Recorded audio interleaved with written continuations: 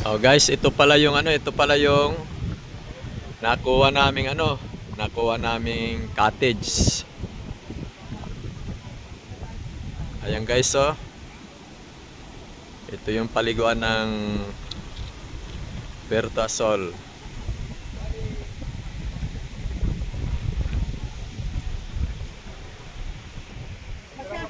Masyado anak malapit po. Ano masasabi mo anak sa ano?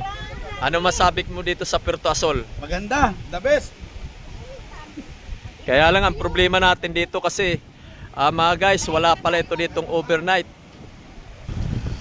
Ito nga pala guys, ayan ah. Ito yung ayun yung lifeguard na yun ah.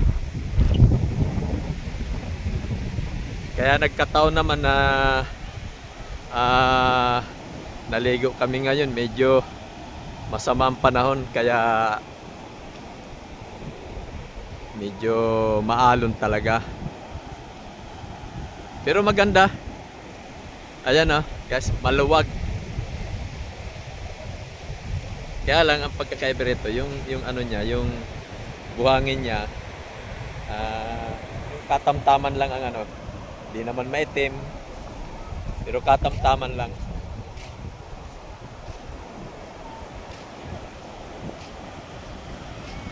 Ayan guys, ayan guys.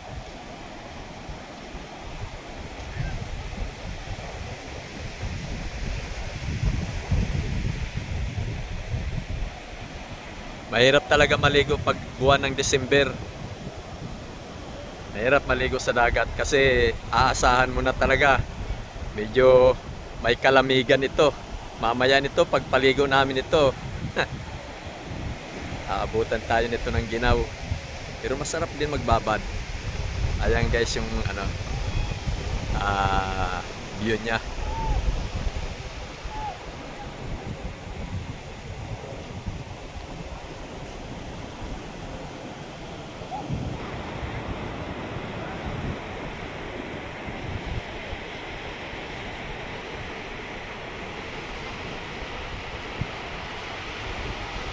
Ayan.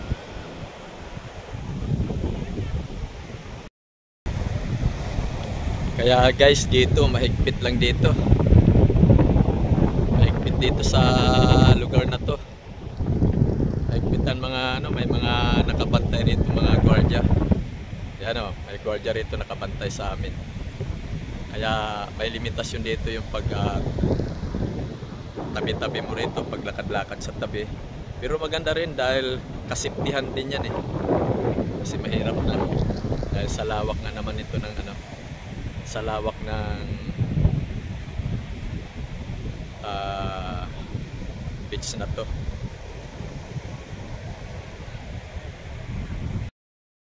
Grabe ang grabe ang hangin dito.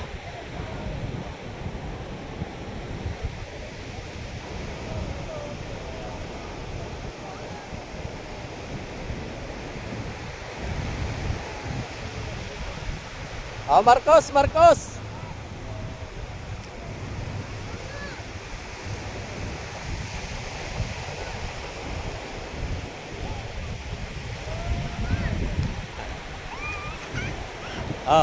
Guys, ano masasabi mo?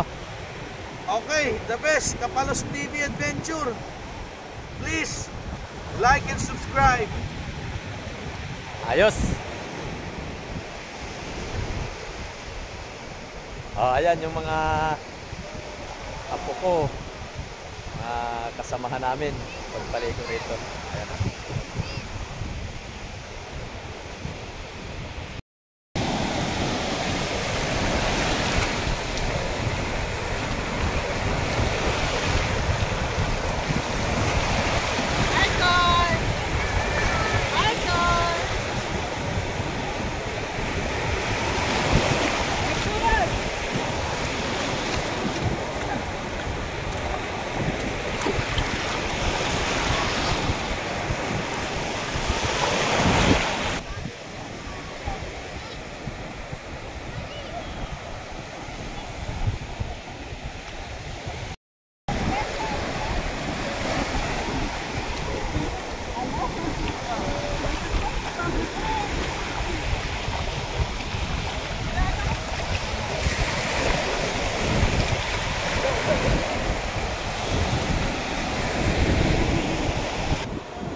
Palos TV Adventure. Please subscribe.